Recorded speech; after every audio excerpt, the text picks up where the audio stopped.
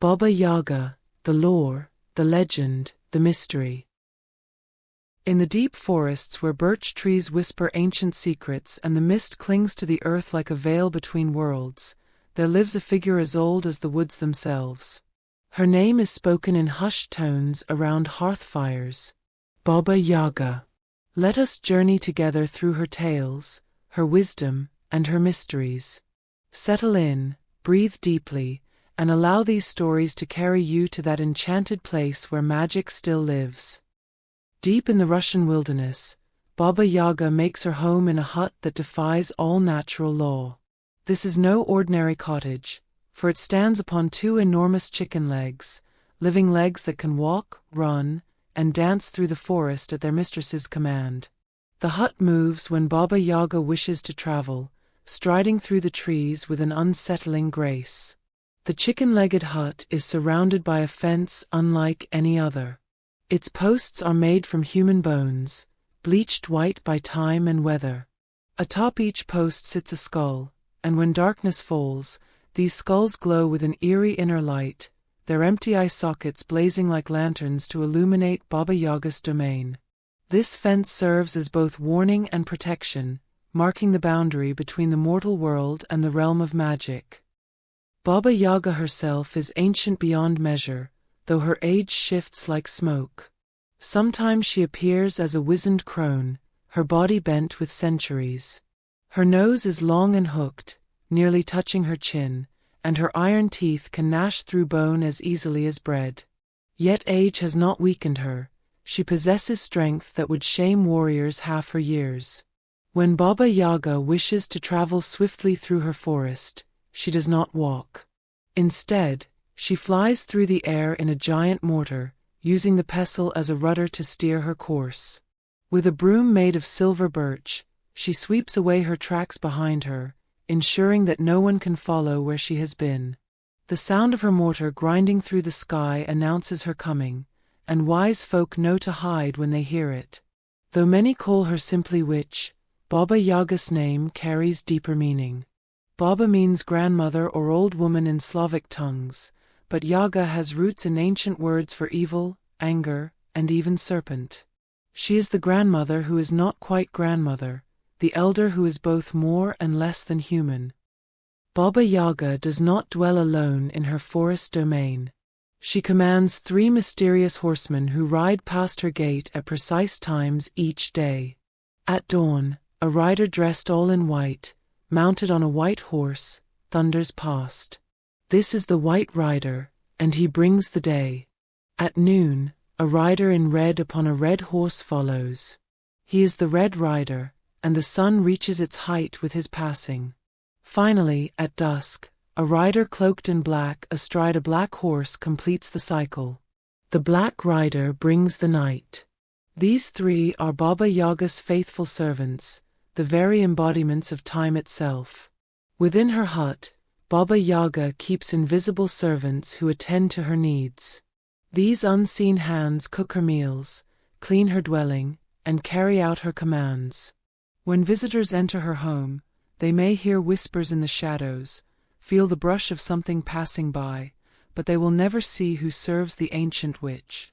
Some say these servants are the spirits of those who failed her tests, others claim they are nature spirits bound to her will.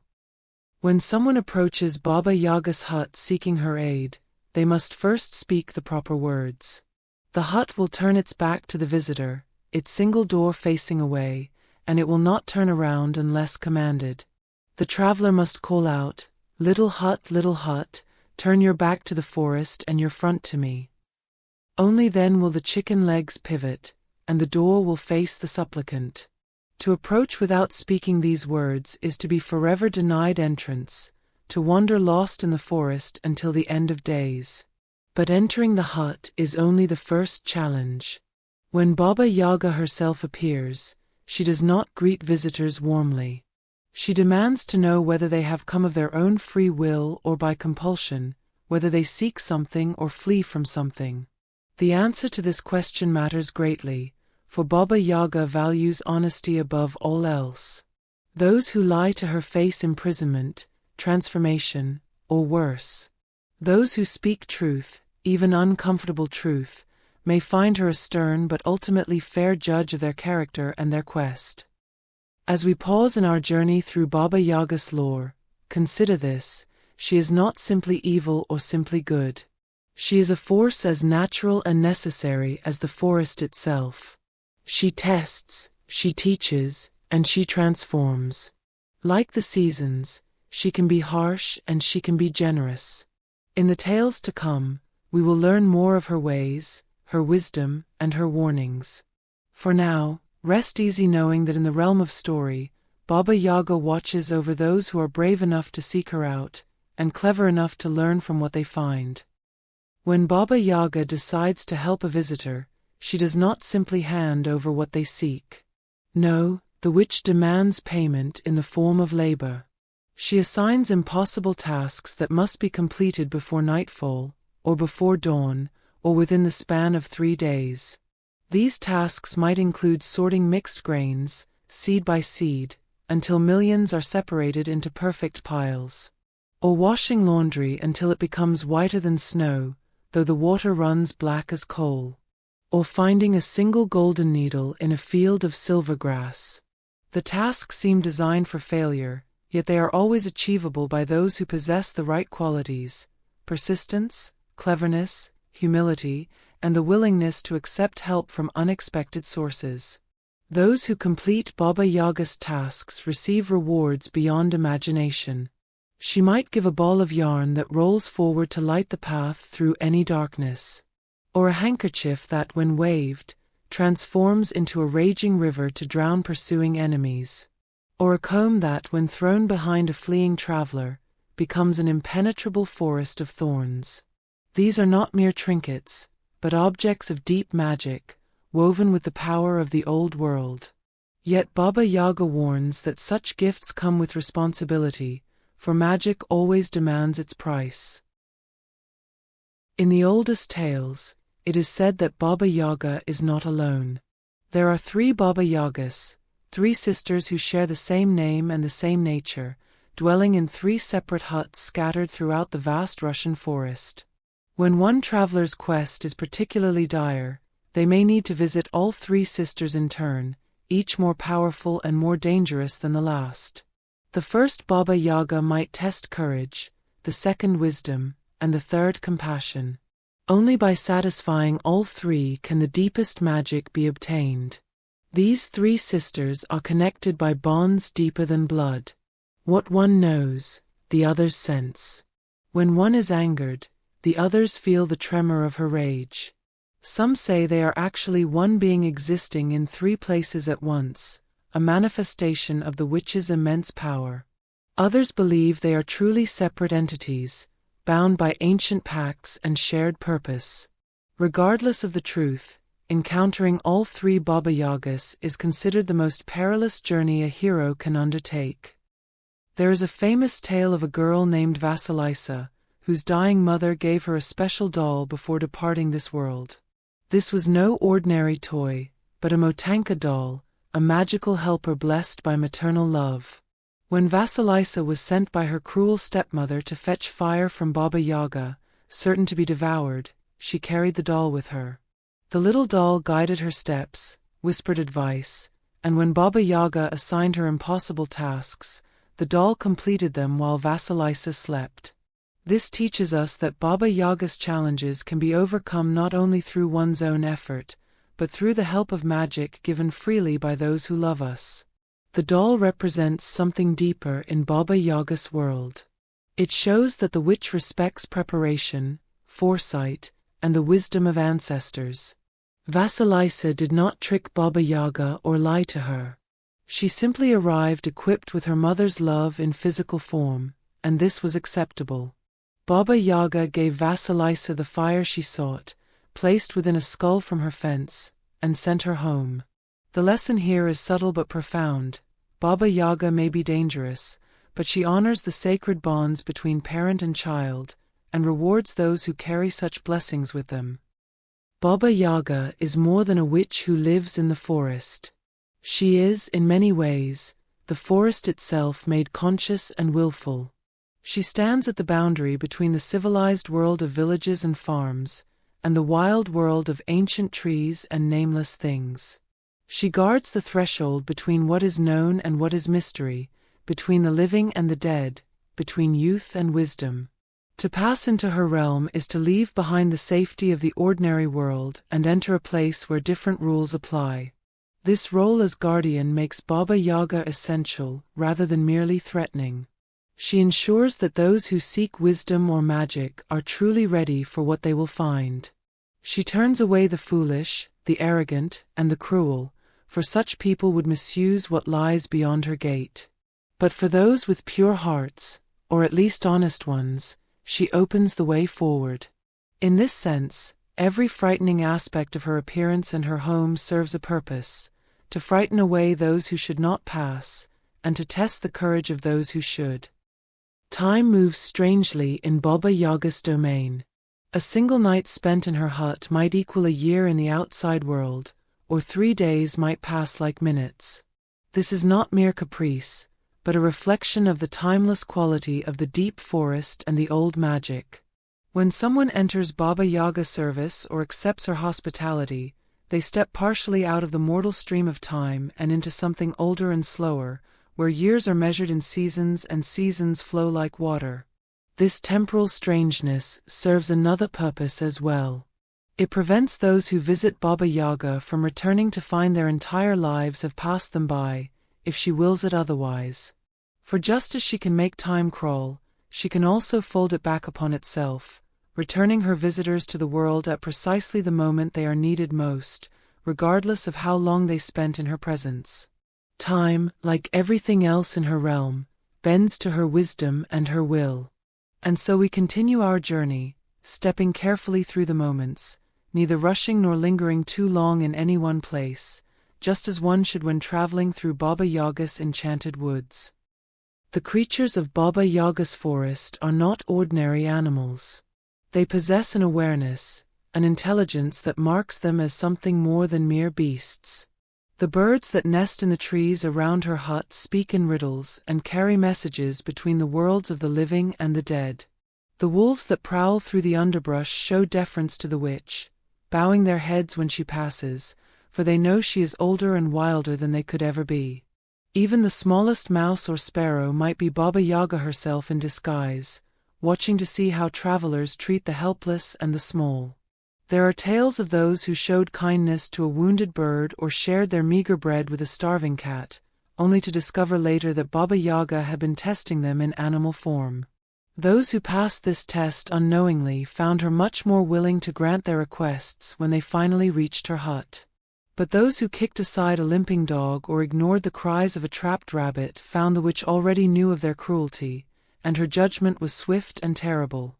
The lesson is clear: in Baba Yaga's realm, everything is watching, everything reports back, and kindness to the smallest creature is kindness to the witch herself.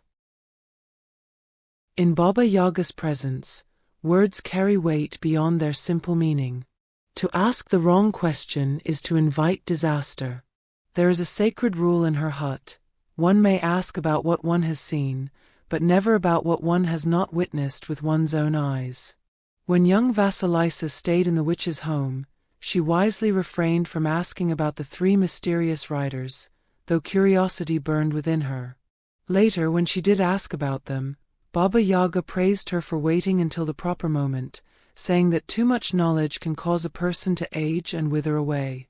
The witch herself has many names, and each name holds a different aspect of her nature. In some regions she is called Baba Yaga Bony Leg, emphasizing her skeletal appearance and her connection to death. In others, she is Baba Yaga the Wise, acknowledging her role as keeper of ancient knowledge. Some call her Baba Yaga Golden Leg, speaking of a time when she was young and beautiful, though that age is long past. To know which name to use when addressing her is to understand which aspect of her being you are invoking, and this can mean the difference between receiving her help or her wrath. Baba Yaga is always hungry. When visitors arrive at her hut, often the first thing she says is not a greeting but a question: "Have you come to feed me?" Her appetite is legendary and insatiable, and the food she craves are not always wholesome. She has been known to eat grown men whole, crunching their bones between her iron teeth. She roasts children in her great oven, or so the stories warn, though the wise know that this threat is often more test than truth. Yet this hunger is more than physical. Baba Yaga hungers for stories, for news of the outside world, for offerings and respect. When visitors bring her gifts of bread, salt, and kind words, when they share tales of their troubles and their triumphs, she feeds on these as surely as she feeds on meat and grain. In many stories, those who arrive empty-handed but rich in courtesy and honest storytelling fare better than those who bring material gifts but lack respect. The witch's hunger, then, is for acknowledgement of her power, for the recognition that she is ancient and worthy of reverence. Feed her pride and her curiosity, and you may leave with your life and your prize. Behind Baba Yaga's hut grows a garden unlike any other in the mortal world. Here, plants do not simply grow, they transform.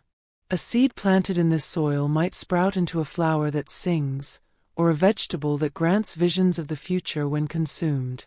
The herbs gathered from this garden form the basis of Baba Yaga's most powerful potions and spells. There are flowers here that bloom only once every 100 years, their petals holding the power to cure any illness or curse any enemy. But the garden is dangerous to those who do not belong. The plants themselves are protective of their mistress, and they have teeth and thorns that reach for uninvited guests. There are tales of thieves who tried to steal from Baba Yaga's garden, only to find themselves rooted to the spot, slowly transforming into trees themselves, conscious but unable to move or speak, forever part of the witch's domain. The garden teaches that Baba Yaga's generosity must be earned, never taken, and that the boundary between person and plant, between human and nature, is far thinner than most people realize. Within Baba Yaga's hut hangs a mirror, but it is no ordinary looking glass.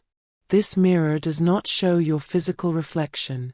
Instead, it reveals your true nature, the essence of who you are beneath all pretense and self-deception. When someone looks into Baba Yaga's mirror, they see themselves as they truly are, brave or cowardly, kind or cruel, honest or deceitful. The vision can be devastating, for few people are as good as they believe themselves to be, and fewer still are prepared to confront their own darkness. Baba Yaga uses this mirror as another form of test. She may casually suggest that a visitor glance into it, watching carefully to see their reaction. Those who look and accept what they see, even if it pains them, earn her respect. Those who look away in horror, or worse, who refuse to believe what the mirror shows them, reveal themselves as unready for the magic they seek. The mirror cannot lie, and Baba Yaga trusts its judgment above all else. In this way, the mirror serves as the ultimate guardian of her secrets, for only those who know themselves truly can be trusted with power. And so, as we reach the end of this portion of our journey, we might ask ourselves, would we dare to look into such a mirror?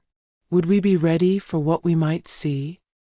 The great oven in Baba Yaga's hut is more than a place for baking bread or roasting meat.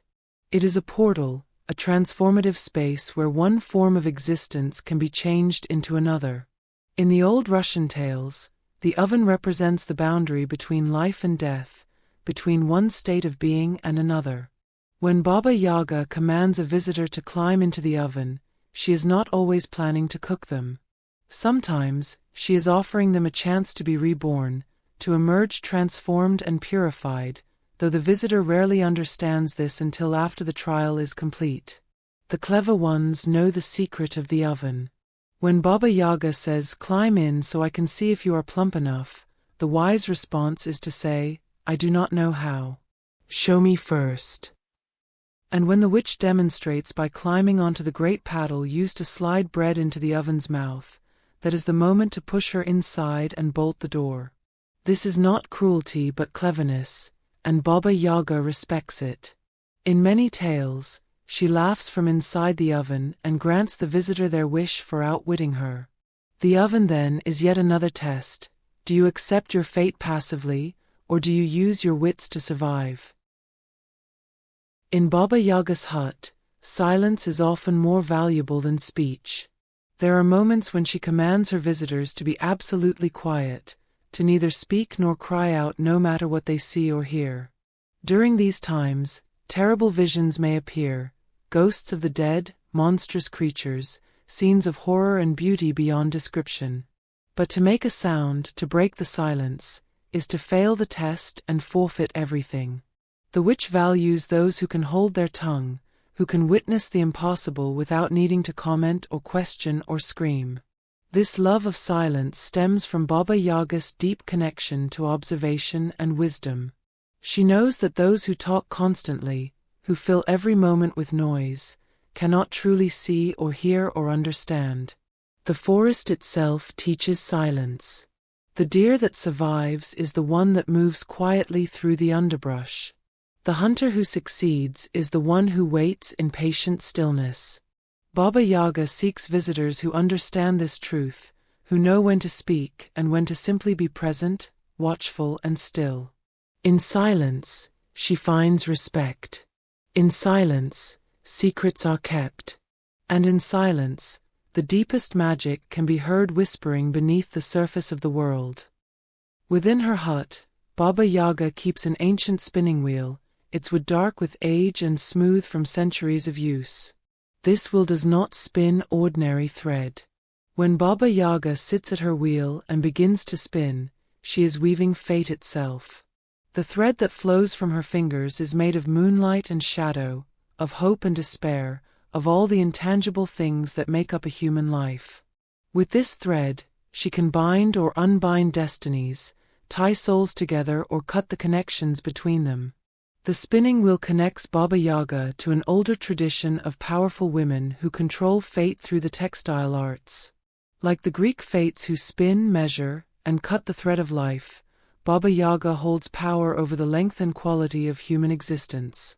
When she spins, it is said that somewhere in the world, a child is born or an elder dies, a love begins or a friendship ends. The wheel turns, the thread flows, and the pattern of the world is woven one fiber at a time. To see Baba Yaga at her spinning is to witness creation and destruction happening simultaneously, to understand that endings and beginnings are simply two sides of the same thread. Baba Yaga speaks the language of birds, that ancient tongue that existed before human speech. In the deep past, it is said, all creatures could understand one another, but humans lost this gift when they gained the ability to lie. Birds, who cannot speak falsehood, retained the original language. Baba Yaga, being older than humanity's fall from grace, never lost her fluency in this pure form of communication. When she wishes to know what is happening in the far corners of her forest, she simply steps outside and listens to the birds' conversations. Those who come seeking wisdom from Baba Yaga sometimes receive an unexpected gift. She teaches them a handful of words in the birds' language. Even knowing just a few phrases can change a person's life.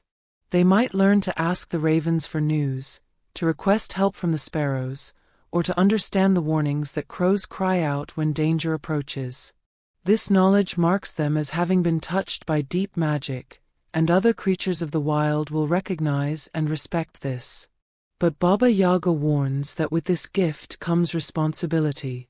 To speak in the bird's language is to speak only truth, for lies corrupt the tongue and the birds will know, and they will never trust that speaker again. The birch trees that surround Baba Yaga's domain are not planted randomly. They form a circle, a protective boundary that marks the edge of her power and her territory. Silver birch is sacred in Slavic tradition, considered a tree of purification and protection, a bridge between the earth and the sky, between the physical and the spiritual.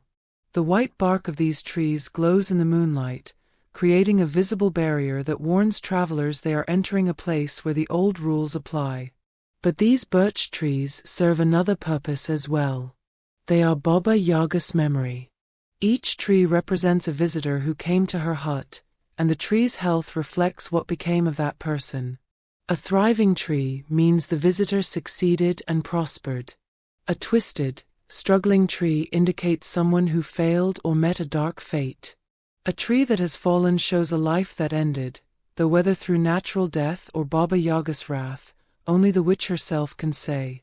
To walk through the birch circle is to walk through a living record of all those who sought the witch's wisdom, a reminder that you are not the first to make this journey, and you will not be the last. The trees witness everything, remember everything, and report everything back to their mistress. And so we pause here, among the silver birches, their leaves whispering stories of those who came before, their roots drinking deep from the same earth that holds Baba Yaga's hut steady on its chicken legs. In the center of Baba Yaga's hut sits a massive iron cauldron, blackened by centuries of use. This is not merely a cooking pot, though she certainly uses it for preparing meals.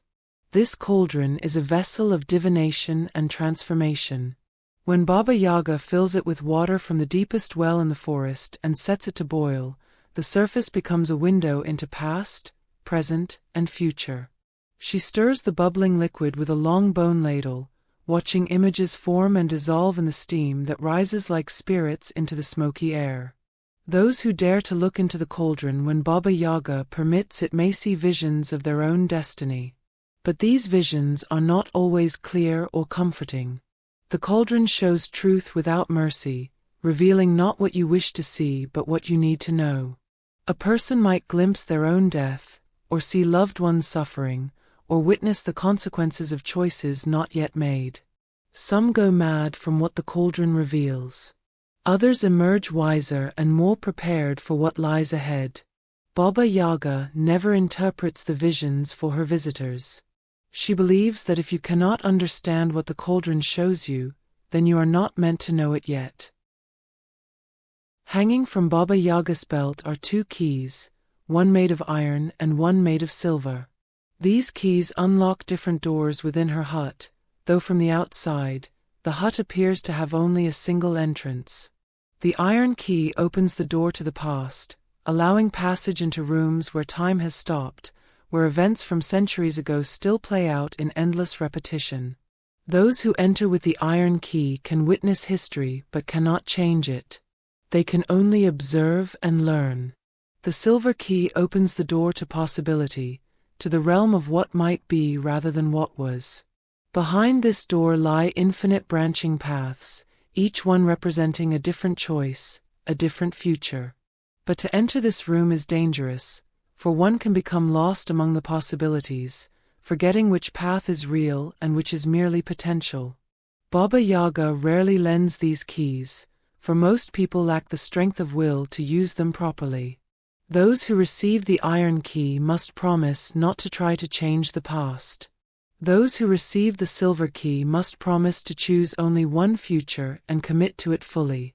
Break these promises, and the keys will turn in your hand and lock you inside the room forever. Baba Yaga speaks often in riddles and cryptic phrases. This is not meant to confuse but to teach. She believes that wisdom gained too easily is wisdom that will not be valued or remembered.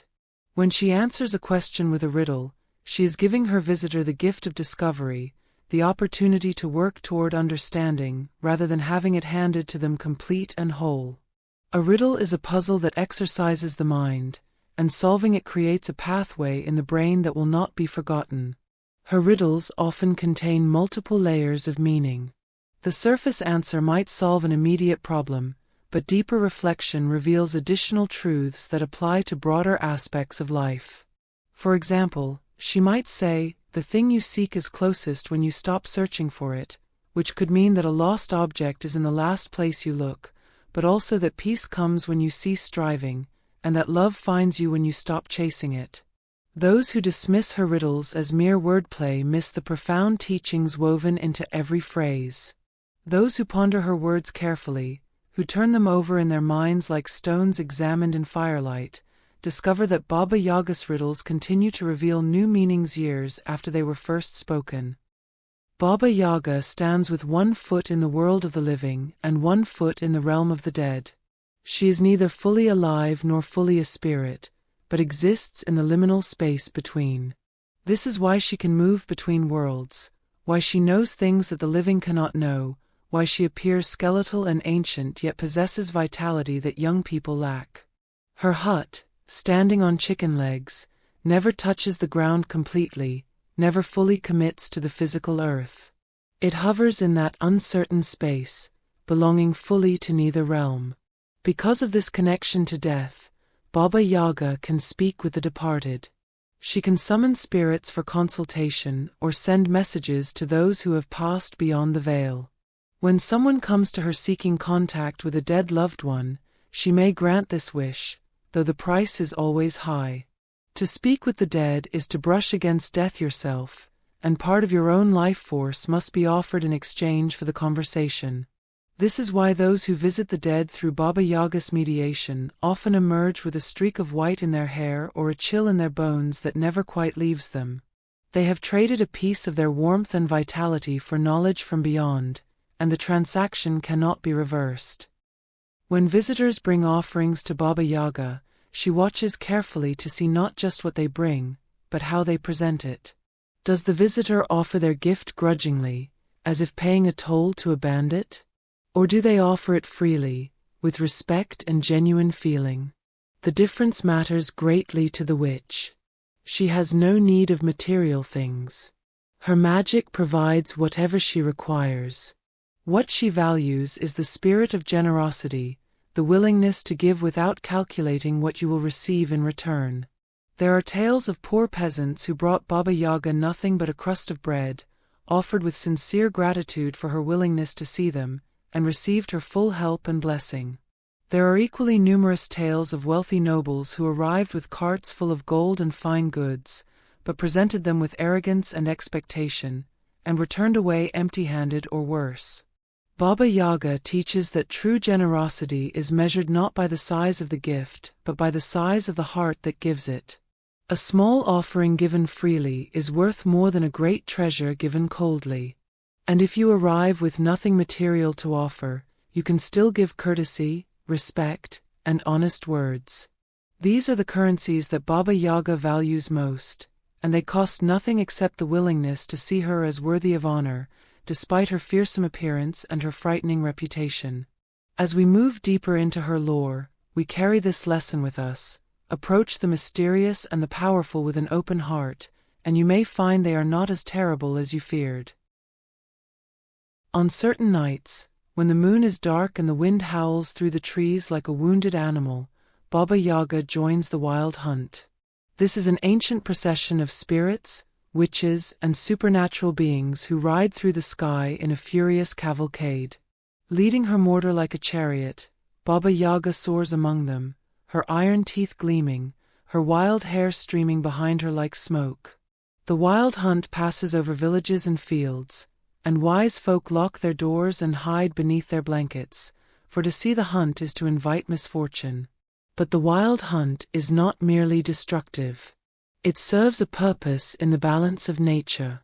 The hunt gathers up the lost souls who wander between worlds, unable to find rest. It sweeps away the spiritual debris that accumulates in places where terrible deeds were done. It marks the transition of the seasons, appearing most often during the dark months when the boundary between the living world and the realm of spirits grows thin. Baba Yaga's participation in the hunt reveals her role as a keeper of cosmic order, ensuring that nothing stagnates, that all things continue their necessary cycle of movement and change. Those who hear the hunt passing overhead might feel terror, yes, but they might also feel a strange cleansing, as if something stale and heavy has been swept away from their lives. There is a sacred tradition in Baba Yaga's presence. She will answer 3 questions for any visitor who has completed her tasks faithfully. But these must be the right questions, carefully chosen, for you will get no more than 3, and foolish questions receive answers that are technically true but useless. If you ask what is the meaning of life, she might respond 42, or to continue until it stops. These answers are not lies, but they offer no practical wisdom because the question was too broad, too vague. The art of questioning Baba Yaga is itself a form of wisdom that she tests. You must know yourself well enough to understand what you truly need to know. You must be specific enough to receive useful answers, but not so narrow that the answer lacks depth. You must be brave enough to ask difficult questions rather than comfortable ones. Those who waste their 3 questions on trivial matters mark themselves as unworthy of deeper knowledge. Those who carefully consider their questions, who perhaps ask about their own character flaws or about how to serve their village or about the nature of courage, receive answers that illuminate their entire lives. The 3 questions are not a limitation but a gift, for they force you to prioritize, to discern what truly matters from what merely seems important in the moment. Baba Yaga's temperament shifts with the turning of the seasons, for she is intimately connected to the rhythms of the natural world. In winter, she is most dangerous, most likely to devour visitors or transform them into ice sculptures to decorate her fence. The cold months are her domain, and she revels in the harshness, the way winter tests everything for strength and endurance. Those who seek her in winter must be absolutely certain of their purpose, for she has little patience for the timid or the foolish when the world is frozen and hard. Spring brings a slight softening to her nature. As the ice melts and the first green shoots push through the earth, Baba Yaga becomes marginally more generous, more willing to offer help rather than hindrance. Summer finds her at her most unpredictable, sometimes kind and sometimes cruel, as changeable as summer weather itself. But it is in autumn that she is most approachable, for autumn is the season of harvest, of gathering what has been sown, of preparation for the darkness ahead. In autumn, Baba Yaga is most likely to teach, to share knowledge, to send visitors home with blessings and useful gifts. Those who understand the seasonal nature of her moods choose their visiting time carefully, arriving in autumn when possible, or coming in winter only when desperate need outweighs the danger. Hidden somewhere in Baba Yaga's hut, though no visitor has ever found it uninvited, is a great book bound in leather of unknown origin. This is the Book of Names, and it contains the true name of every living thing in the world. To know something's true name is to have power over it, for a true name is not the label we give things but the essential sound that captures their fundamental nature. Baba Yaga consults this book when she wishes to command rather than request, to bind rather than negotiate. The book writes itself, adding new names when creatures are born and removing names when they die. The ink is neither black nor red but something in between, perhaps the color of old blood or perhaps something that has no name in human language.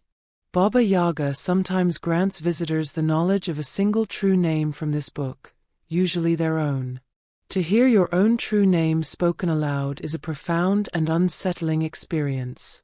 It sounds nothing like what your parents called you, nothing like what you call yourself. Yet when you hear it, you recognize it instantly as belonging to you and no one else. Those who learn their true name carry this knowledge carefully, for to reveal it to the wrong person is to give them power over your very soul. One of Baba Yaga's most important teachings is the value of self-reliance. She will help those who come to her, yes, but she refuses to do for others what they can do for themselves. When she assigns impossible tasks, she watches to see if her visitors immediately give up and beg for her assistance, or if they roll up their sleeves and begin working.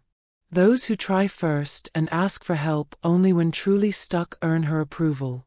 Those who expect her to solve all their problems find themselves receiving exactly the minimum help they require to survive, but nothing more. This is not cruelty but pedagogy. Baba Yaga understands that people who are given everything they need without effort become weak and dependent. They never develop the resourcefulness, the creativity, the perseverance that comes from struggling against difficulty and discovering that they are stronger than they believed. When she sends someone home with a magical gift that solves their immediate problem, she has done them a small favor. But when she sends someone home having learned that they are capable of things they never imagined, having discovered reserves of courage and cleverness within themselves, she has given them a gift that will serve them for the rest of their lives. This is the deeper magic that Baba Yaga offers, not solutions to specific problems, but the transformation of the self into someone who can solve their own problems. And so we arrive at the midpoint of our journey through her mysteries, having learned that the greatest gifts are not things we receive but capacities we develop within ourselves. In Baba Yaga's possession are 2 vials of water, kept in her deepest cupboard, protected by layers of enchantment and warning. One vial contains the water of life, which can heal any wound, cure any illness, even restore the dead to breathing existence. The other contains the water of death, which brings instant mortality to whatever it touches. These waters are among the most powerful substances in all the magical world, and Baba Yaga guards them jealously, for in the wrong hands they could upset the fundamental balance between life and death. But here is the secret that few understand: the water of death must be applied before the water of life can work its full magic. When someone has been killed, their body torn and broken, the water of death must first be sprinkled upon them. This seals their wounds, knits their broken bones, makes them whole again, though still lifeless. Only then can the water of life be applied to restore breath and consciousness. This teaches a profound truth about healing. Sometimes we must first accept death, must allow what is broken to become fully still and quiet, before new life can enter. Baba Yaga knows that healing is not simply adding vitality to damage, but first acknowledging the damage completely, making peace with it, and then beginning anew. Many who visit Baba Yaga leave changed in form as well as spirit.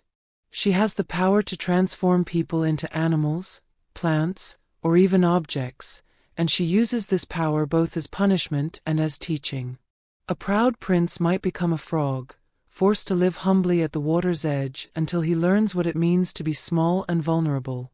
A greedy merchant might become a pig, wallowing in the mud, until he understands that accumulating more than you need reduces you to animal instinct. But these transformations are not always permanent, and they are not always punishments. Sometimes Baba Yaga transforms someone into an animal so they can escape danger, giving them the speed of a deer or the wings of an eagle. Sometimes the transformation is a gift of perspective, allowing someone to experience life as a tree for a season, rooted and patient, learning what it means to grow slowly and weather all storms without fleeing.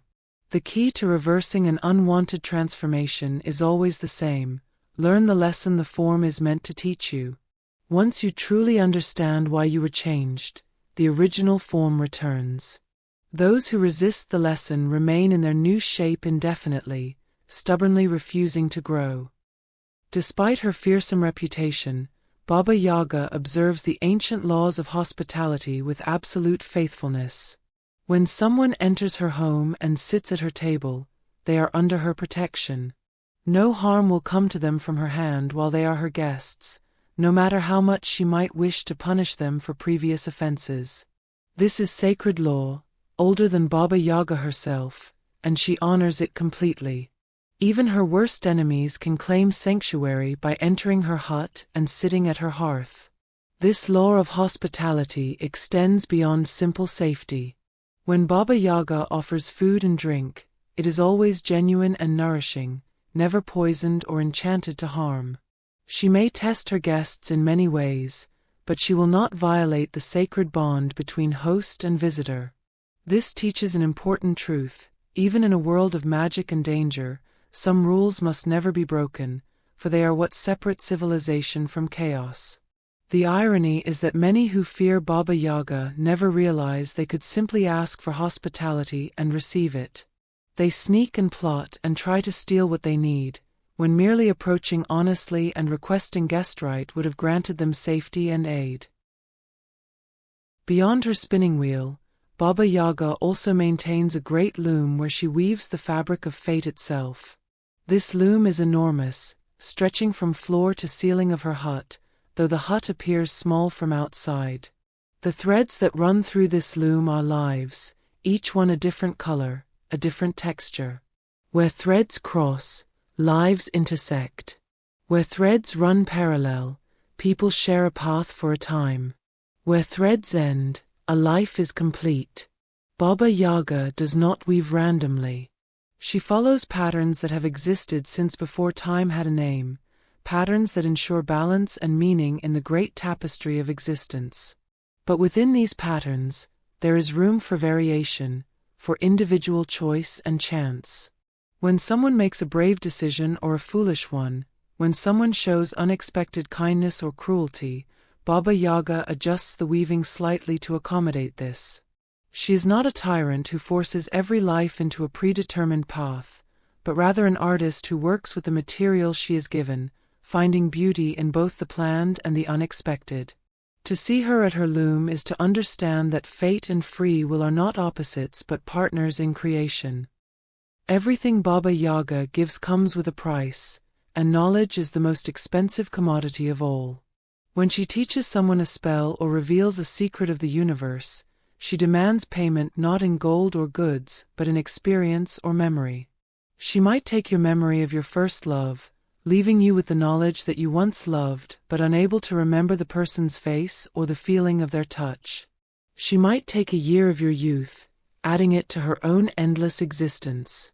She might demand that you give up your ability to feel a particular emotion, trading your capacity for anger or fear in exchange for the knowledge you seek.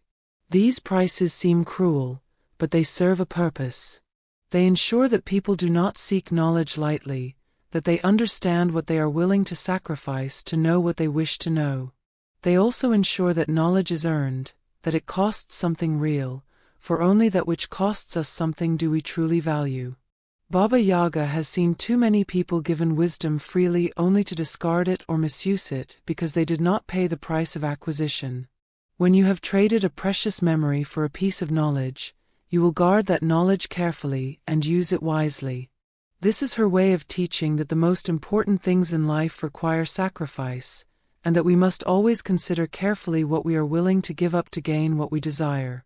As we absorb this lesson, we might reflect on what prices we ourselves have paid for the wisdom we carry, and what we might be willing to trade for deeper understanding still. Not every child who comes to Baba Yaga's hut leaves again. Some choose to remain, becoming her apprentices in the deep magic. These are usually children who have nowhere else to go, orphans or runaways, those who have been cast out by their villages for being strange or different. Baba Yaga does not coddle these children. She works them hard, teaching them herb lore and spellcraft, training them to see the threads of magic that run through all things. But she also protects them fiercely, and they learn skills that will serve them for the rest of their long lives. For those who study under Baba Yaga age very slowly. When these apprentices finally leave her service, they go out into the world as witches and cunning folk themselves, carrying forward the traditions Baba Yaga taught them. They settle in remote places, often at the edges of villages, serving as healers and wise women, midwives and seers. People come to them with the same mixture of fear and hope that they once brought to Baba Yaga herself. In this way, the witch's knowledge spreads throughout the land, passed from teacher to student in an unbroken chain that stretches back to the beginning of time. Every village who reads tea leaves or delivers babies or lifts curses is, in some way, a child of Baba Yaga's teaching. Baba Yaga's power waxes and wanes with the phases of the moon. During the full moon, she is at her strongest, her magic most potent, her ability to see across distances and through deceptions at its peak. This is when she is most likely to be away from her hut, flying through the night sky on her mortar, attending to business across her vast domain. It is also when she is most dangerous, for her power is so great that it spills over, making her unpredictable and wild. During the new moon, when the sky is dark, Baba Yaga's power turns inward. She becomes contemplative, spending her time at her spinning wheel or her loom, working on the deeper magics that require patience and stillness.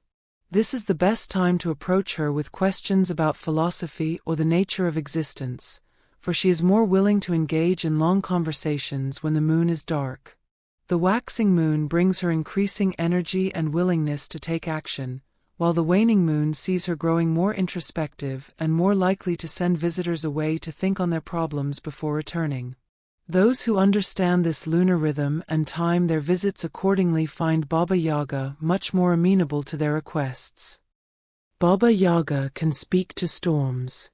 When thunder rolls across the sky and lightning splits the darkness, she stands outside her hut and calls out in a voice that matches the wind's roar. The storms answer her, sometimes changing their path at her command, sometimes gentling their fury, sometimes intensifying into rages that flatten forests. This power over weather is one of her most fearsome abilities, for a witch who can command storms can protect or destroy entire regions. But this relationship with storms is not one of simple dominance. Baba Yaga speaks with the storms, not at them. She negotiates, she argues, she sometimes even pleads. Storms have their own will, their own purposes in the world, and they do not always bend to her wishes. When a storm refuses her, she accepts this with grace, understanding that even she cannot control all of nature. This teaches humility even in the midst of great power. Those who witness Baba Yaga speaking with storms learn that true power lies not in forcing others to obey, but in the ability to communicate, to persuade, to find common ground even with forces as wild and untamed as lightning and thunder. In the corner of Baba Yaga's hut sits a large stone, smooth and dark, worn by countless hands over countless years.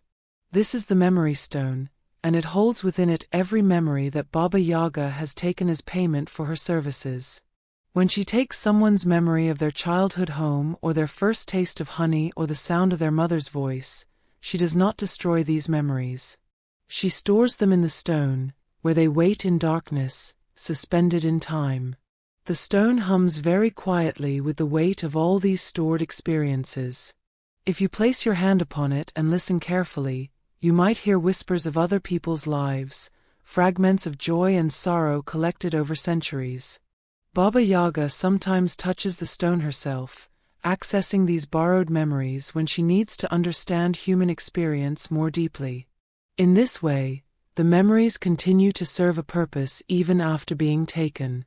They teach the witch about the infinite varieties of human feeling, helping her to be not more cruel but more discerning in her judgments. And there are stories, rare but treasured, of Baba Yaga returning a memory to someone who desperately needed it, retrieving it from the stone and placing it back into the person's mind like a jewel restored to its setting. Baba Yaga keeps careful accounting of debts and gifts. If she helps you once, you owe her a favor in return, though she may not collect on this debt for years or even decades. When she finally calls in the favor, you must fulfill it or face terrible consequences. But the reverse is also true. If you help Baba Yaga, even in small ways, she remembers. The peasant who once gave her bread when she appeared at his door as a hungry old woman finds, years later, that his crops never fail. The child who showed kindness to a wounded raven that was Baba Yaga in disguise receives protection from harm throughout their life. This cycle of debt and gift creates a web of obligation and reciprocity that stretches across the entire land. Almost everyone is connected to Baba Yaga through chains of favor and counterfavor, whether they know it or not. Their grandmother once helped the witch, or their uncle once refused her, and these ancient transactions still echo through the generations. Baba Yaga never forgets a debt owed or a kindness given. Her memory is perfect, and her sense of justice, while strange by human standards, is absolutely consistent. Those who understand this learn to act with honor in all their dealings, for you never know when the old woman at your door might be someone whose memory is long and whose power is great. And so we continue forward, understanding that our actions ripple outward in ways we cannot always see, creating webs of consequence that may not become visible for years to come. Though Baba Yaga's hut appears to have only one room when viewed from inside, those who have stayed longest know the truth. There are many doors hidden within the walls, visible only when the witch wills it or when the visitor has earned the right to see them. Each door leads to a different place or time. One door might open onto a meadow that existed 1,000 years ago. Another might lead to a mountaintop in a land across the sea. Yet another might open into tomorrow or next year or a future so distant that the sun itself has changed color. These doors are not for casual use. Baba Yaga opens them for specific purposes, to show someone what was or what might be, to allow passage for those on urgent missions, to retrieve objects or knowledge from other times and places. To walk through one of these doors without permission is to risk being lost forever in the pathways between worlds, wandering through spaces that connect everything to everything else, unable to find your way back to your own time and place. The doors teach that there are many realities existing simultaneously, and that the wise person respects the boundaries between them, crossing only when invited and always with proper reverence for the strangeness of other times and other lands. Baba Yaga is both healer and destroyer, and she sees no contradiction in this duality. She can cure illnesses that baffle other healers, drawing poison from wounds, singing broken bones back together, brewing potions that restore vitality to the dying. She knows every herb that grows in her forest and many that grow nowhere else in the world. Her knowledge of healing is vast and ancient, passed down through countless generations of wise women, refined and perfected over millennia. But she can also inflict terrible curses and diseases. With a word, she can cause wasting sickness or madness or pain that no medicine can touch. This is not hypocrisy, but understanding of balance. Baba Yaga knows that the same knowledge that heals can harm, that the difference lies only in intent and application. A knife can cut out rot or cut out life. Fire can warm or destroy. She teaches that power itself is neutral. It is the wielder's heart and wisdom that determine whether power becomes blessing or curse. Those who seek healing from her must prove themselves worthy not by being perfect, but by being honest about their flaws and their intentions. She has no patience for those who pretend to be better than they are, but she respects those who acknowledge their shadows while striving toward light. Baba Yaga allows her visitors to fail. When someone attempts one of her impossible tasks and falls short, she does not immediately punish them. Instead, she watches to see what they do next. Do they give up and accept defeat? Do they make excuses and blame others? Or do they pause, reflect on what went wrong, and try again with new understanding? Those who learn from failure and persist despite setbacks eventually succeed, and these are the ones she rewards most generously. This teaching method frustrates many who come to her expecting clear instruction and guaranteed success. But Baba Yaga knows that the deepest learning comes not from being told what to do but from discovering through trial and error, for making mistakes and understanding why they were mistakes. When you finally succeed at a task after multiple failures, the knowledge of how to succeed is embedded deeply in your mind and muscles. You will never forget it because you earned it through struggle. This is worth more than 100 easy victories handed to you by a generous teacher. Baba Yaga's apparent cruelty in letting people fail is actually profound respect for their ability to learn and grow through difficulty. Baba Yaga moves easily between the mortal world and the realms of spirits, gods, and strange beings that most humans never glimpse.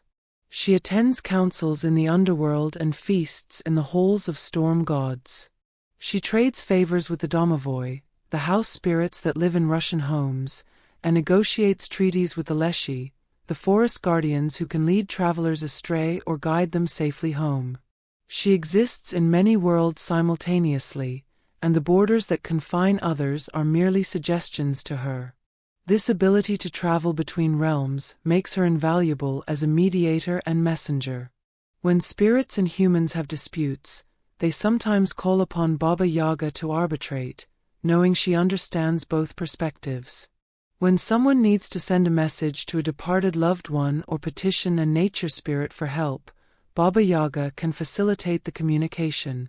She stands at all the crossroads, not just the physical ones where roads meet, but the spiritual crossroads where different types of existence intersect. To know her is to understand that reality is much larger and stranger than the simple world of solid earth and growing things, that there are layers upon layers of existence, and that the boundaries between them are thinner than most people imagine. Before visitors leave Baba Yaga's presence, she often imparts one final lesson, tailored specifically to that individual's needs. For one person, it might be remember that pride comes before the fall. For another, kindness costs nothing but means everything. For a third, trust your intuition even when others mock you. These parting words are deceptively simple, sometimes seeming like nothing more than common proverbs or obvious truths. But those who carry them away and ponder them in the weeks and months that follow discover layers of meaning they did not initially perceive. The final lesson is Baba Yaga's way of sending each person forward with exactly the wisdom they need for their particular path ahead. She sees into the heart and sees the future with equal clarity, and she knows what challenges each visitor will face. The lesson is chosen to prepare them, to give them a touchstone they can return to in moments of doubt or danger. Many people do not realize the value of these parting words until years later, when they face a crisis and suddenly remember what Baba Yaga told them, understanding for the first time why she chose those specific words. In this way, her teaching continues long after the visit ends, unfolding in perfect timing throughout the recipient's life. And so we near the end of our journey through her mysteries, carrying with us all the lessons she has shared, all the wisdom woven into these tales, preparing ourselves for the final revelations that await in the deepest part of the forest, where the oldest truths make their home. There is a curious truth about those who visit Baba Yaga: they almost always return. Perhaps not in body, but in spirit, in memory, in dreams. Her hut calls to them across the years, and they find themselves thinking of her at unexpected moments. When they face difficult decisions, they wonder what Baba Yaga would say. When they see injustice, they remember her fierce sense of balance. When they encounter someone in need, they recall her lessons about generosity and testing. In this way, she remains present in their lives long after they have left her forest. Some do return in body, making the journey back to her chicken-legged hut years or decades after their first visit. They come to thank her, to ask new questions, or simply to sit by her fire once more and feel the strange comfort of being in a place where truth is spoken and magic is real. Baba Yaga welcomes these return visitors, often treating them with more warmth than she showed on their first arrival, for they have proven themselves by surviving in the world with the wisdom she gave them. The eternal return teaches that some places and some teachers mark us so deeply that we carry them within us always, and that returning to our sources of wisdom is not regression but a spiral of growth, coming back to the same place but at a higher level of understanding. Baba Yaga embodies a profound truth that many struggle to accept: light and shadow are not enemies but partners. She is terrifying and generous, cruel and kind, death dealer and life giver. She does not apologize for her darkness or try to appear as something she is not. She stands in her full complexity, refusing to be reduced to either villain or hero. This wholeness, this integration of all aspects of nature and self, is perhaps her greatest teaching. In a world that constantly demands we choose sides, that insists we must be entirely good or entirely evil, Baba Yaga shows another way. She demonstrates that wisdom comes from acknowledging all parts of ourselves and the world, not from denying half of reality in favor of a simpler story. The forest is beautiful and dangerous. Life is precious and temporary. Power can heal and harm. These paradoxes are not problems to be solved, but truths to be lived. Those who can hold both shadow and light within themselves without being consumed by either, who can be both gentle and fierce as circumstances require, have learned Baba Yaga's deepest lesson. They have become, in their own small way, as wise as the ancient witch herself. Baba Yaga exists because we tell stories about her. Every time someone shares a tale of the chicken-legged hut or the bone fence or the impossible tasks, she becomes more real, more powerful. Stories are not mere entertainment. They are the way humans pass wisdom from generation to generation, the way we make sense of a complex and often frightening world. Baba Yaga is the embodiment of certain truths that every culture needs to remember: that nature is powerful and must be respected, that wisdom often wears an unexpected face, that the journey to knowledge requires courage and sacrifice. As long as parents tell their children about Baba Yaga, As long as writers weave new tales of her magic, as long as people gather around fires and speak her name, she endures. She is kept alive by our collective imagination, by our need for stories that challenge us and make us think. In this way, Baba Yaga is more than a character from folklore. She is a living tradition, a cultural memory, a shared dream that connects us to our ancestors and to each other. When we tell her stories, we are not just entertaining ourselves. We are participating in an ancient practice of preserving wisdom, of ensuring that important truths are not forgotten, of keeping magic alive in a world that too often tries to reduce everything to the mundane and the measurable. Baba Yaga teaches us that fear is not always the enemy. The fear that arises when approaching her hut, when speaking her name, when undertaking her tasks, is healthy fear. It is the body's wisdom saying, "Pay attention, this matters, be careful." This kind of fear sharpens the senses, focuses the mind, and prepares us to face challenges with full awareness. It is different from the paralysis of terror or the anxiety that serves no purpose. It is fear that protects and instructs. Those who visit Baba Yaga and survive learn to distinguish between fears that serve them and fears that limit them. They learn to walk forward despite being afraid, understanding that courage is not the absence of fear but the willingness to act rightly even when frightened. This is a gift that serves them throughout their lives, helping them face all manner of difficulties with both caution and bravery. Baba Yaga, in all her fearsome glory, is actually a teacher of courage, using fear itself as the classroom where true bravery is learned and tested. She does not remove our fears, she teaches us to move through them with wisdom and grace. And now, the circle closes. And so we return to where we began, to the deep forest where birch trees whisper and mist clings to the earth like memory. Baba Yaga remains in her hut, standing on its chicken legs, waiting for the next visitor who is brave enough or desperate enough to seek her out. The bone fence glows in the darkness. The three riders pass at dawn, noon, and dusk. The cauldron bubbles. The spinning wheel turns. The loom weaves its endless patterns.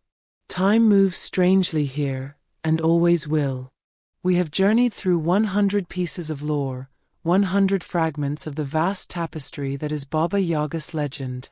But the truth is, there are always more stories, always deeper layers, always new lessons to be learned.